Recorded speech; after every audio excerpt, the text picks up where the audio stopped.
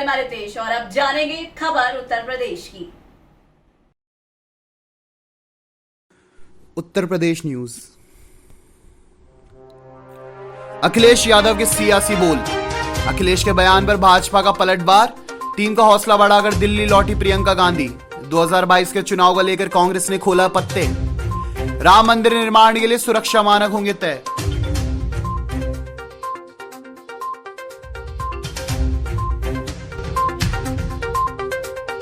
रिश्वत लेते railway engineer रंगे हाथ गिरफ्तार। मौत बनकर आई बस, मचा कोहराम। रैना के फूफा के घर डकैती डालने वाला गिरफ्तार। नौकरी की लड़ाई ट्विटर पर टॉप ट्रेंड में छाई। सांसद ने सपा पर साधा निशाना। और अब जानते हैं खबरें विस्तार से। समाजवादी पार्टी अध्यक्ष और उत्तर प्रदेश के पूर्व मुख्यमंत्री अखिलेश यादव ने रविवार को कहा कि राज्य के आगामी विधानसभा चुनाव में पराजय से आशंकित सत्तारूढ़ भारतीय जनता पार्टी और राष्ट्रीय स्वयंसेवक संघ ने साजिशी रणनीति बनाने के लिए हाल ही में चित्रकूट समेत कई जिलों में बैठक की थी। अखिलेश ने यहां एक बयान में कहा कि जनता के सत्तारूढ़ भाजपा सरकार के प्रति गहराते असंतोष से पार्टी शीर्ष नेतृत्व भलीभांति परिचित हो गई है। इन बैठकों का एजेंडा साजिशी रणनीति बनाना है ताकि किसानों और करोड़ों बेरोजगार नौजवानों से किए गए वादों को किसी तरह भुलाया जा सके और लोगों को बहकाने के लिए नए नए तरीके ढूंढे जाएं।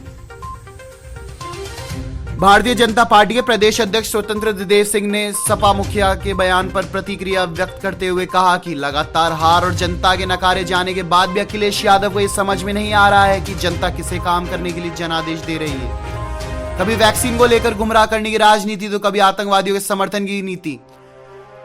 इसे अपनाने वाली सपा की साइकिल 22 में जनता 22 गज भी ना चलने देने का मन बना चुकी है। कांग्रेस महासचिव प्रियंका गांधी दिल्ली वापस जा चुकी हैं। बाकी रह गई हैं कुछ आशाएं, भरपूर जोश और थोड़ी मायूसी भी। चुनावी पिच पर उनकी पार्टी जमकर खेल। इसके लिए उन्होंने पुराने नाराज नेताओं के साथ संतुलन बनाने की कोशिश की। युवा जोश को भी सराहा और संदेश दिया कि कोई कुछ भी कहे, कांग्रेस अपनी इस टीम के साथ मिशन 2022 को फतेह करने की उतरेगी। सभी पुराने नेता सम्मान पाकर खुश हैं। अरसे बाद पार्टी ने उन्हें पूछा है। नई टीम में जगह ना मिलने से हाशिए पर चल रहे ये नेता कांग्रेस को कितना लाभ देंगे, ये 2022 में तय होगा। लेकिन इससे असंतुष्ट लोगों को पार्टी से जोड़े रहने की भीतरघात में खासी मदद मिलेगी। कांग्रेस महासचिव प्रियंका गांधी ने उत्तर प्रदेश के विधानसभा चुनाव 2022 में गठबंधन पर अपने पत्ते खोलते हुए कहा कि कांग्रेस में दरवाजे बंद नहीं किए हैं। भाजपा को हराना हमारा लक्ष्य है और इसके लिए हमने सभी विकल्प खुले रखे हैं। रविवार को पूर्व मंत्री नसीमुद्दीन के घर पर पत्रकारों के साथ अनौपचारिक बातचीत में उन्होंने कहा कि भले ही हमने सभी विकल्प खोल रखे हैं, लेकिन हम ऐसा कोई कदम नहीं उठाएंगे जिससे हमारी पार्टी या संगठन को नुकसान हो। प्रियंका ने गठबंधन या सीटों के बंटवारे के अन्य सवालों पर कहा कि इस पर कुछ भी कहना बहुत जल्दी होगी, लेकिन यह स्पष्ट है कि संगठन की कीमत पर कुछ भी नहीं होगा।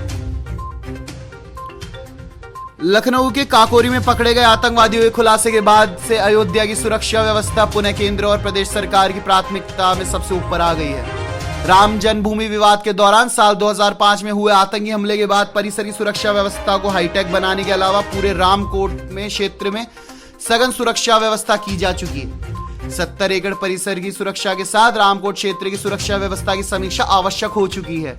दूसरी ओर राम मंदिर निर्माण कार्य आरंभ होने के बाद से पूर्व की व्यवस्थाओं में खासे बदलाव हुए हैं, जिसके चलते सुरक्षा व्यवस्था का अलग मानक तय करने में मंथन चल रहा है। उत्तर मध्य रेलवे आगरा में ब्रिज लाइन में तैनात AEN रमेश सिंह को अलवर एंटी करप्शन ब्यूरो रविवार शाम को 1.5 लाख रुपए रिश्वत लेते हुए गिरफ्तार किया गया।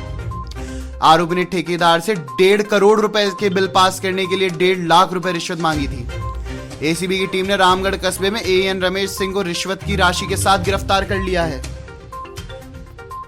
शादी समारोह में शामिल होकर बस से लौट रहे दूल्हे के रिश्तेदार, परिजन व ग्रामीण इस इंतजार में थे कि बस चालू हो और वह अपने घर पहुंचे। इसी दौरान अचानक चंदौसी की तरफ से आई दूसरी बस ने ऐसा रौंदा कि चीखें गूंज उठी और कोहराम मच गया। बहजोई कस्बे से पहले लहरावन गांव के नजदीक बस का टायर पंचर हुआ तो चालक व परिचालक बस रोककर टायर बदलने लगे। इस दौरान बस में सवार बाराती भी ताजी हवा खाने के लिए बस से उतरकर सड़क के किनारे खड़े हो गए। कुछ देर बाद ही अचानक चंदौसी की तरफ से आई तेज रफ्तार दूसरी बस ने बारातियों को ऐसा रौंदा कि 7 लोगों की मौके पर ही जान चली गई। 20 से ज्यादा बाराती घायल हुए तो उनकी चीखें दूर तक सुनाई देने लगी। क्रिकेटर सुरेश रैना के पठानकोट में रहने वाले बुआ फूफा के घर डकैती डालने और हत्या करने के आरोपी बहेड़ी के छज्जू छहमार को एसटीएफ की मदद से पंजाब पुलिस ने गिरफ्तार कर लिया। पंजाब पुलिस उसे रविवार को बरेली से लेकर रवाना हो गई। उसने डकैती और हत्या करने की बात कबूल की है। पठानकोट के माधोपुर थरियाल थाना शाहपुर कांडी निवासी क्रिकेटर सुरेश रैना के फूफा अशोक कुमार के घर में छहमार गैंग ने डाका डाला था। इस दौरान लुटेरों ने डंडों से अशोक कुमार, उनकी मां सत्या देवी, पत्नी आशा देवी, बेटा अपिन और कौशल को पीटकर अधमरा कर दिया। वहां से लाखों रुपए के जेवर और कैश लूटकर फरार हो गए। रेलवे की ग्रुप डी परीक्षा में फॉर्म निरस्त करने की खामियों को विरोध बढ़ता ही जा रहा है। रेलवे रिक्रूटमेंट सेल के रुख से नाराज करीब 4.5 लाख छात्रों ने सोशल मीडिया पर मुहिम छेड़ दी है। नौकरी की लड़ाई रविवार को ट्विटर पर टॉप ट्रेंड बनकर छाई रही। अभ्यर्थियों को फॉर्म निरस्त करने का मुद्दा रविवार सुबह 10 बजे से ट्विटर पर ट्रेंड करने लगा।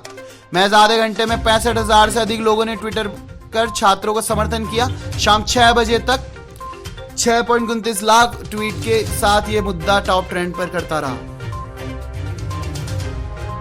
खरखौदा में अजय त्यागी के आवास पर भाजपा ने कार्यक्रम का आयोजन किया। सांसद राजेंद्र अग्रवाल ने सपा पर जमकर निशाना साधा। कहा कि सपा की सरकार में जो कार्य प्रस्तावित हुए थे वे पूरे नहीं हुए हैं, परंतु योगी सरकार बनने के बाद वे कार्य चरम पर पहुंच गए हैं। सरकार ने गुंडागर्दी को खत्म करने का काम किया है। उन्हें केंद्र सरकार द्वारा क्षेत्र में कराए गए कार्यों की समीक्षा बैठक ली है। खबर उत्तर प्रदेश की में फिलहाल बस इतना ही। देश और दुनिया की तमाम खबरों के लिए देखते रहिए शिव 24।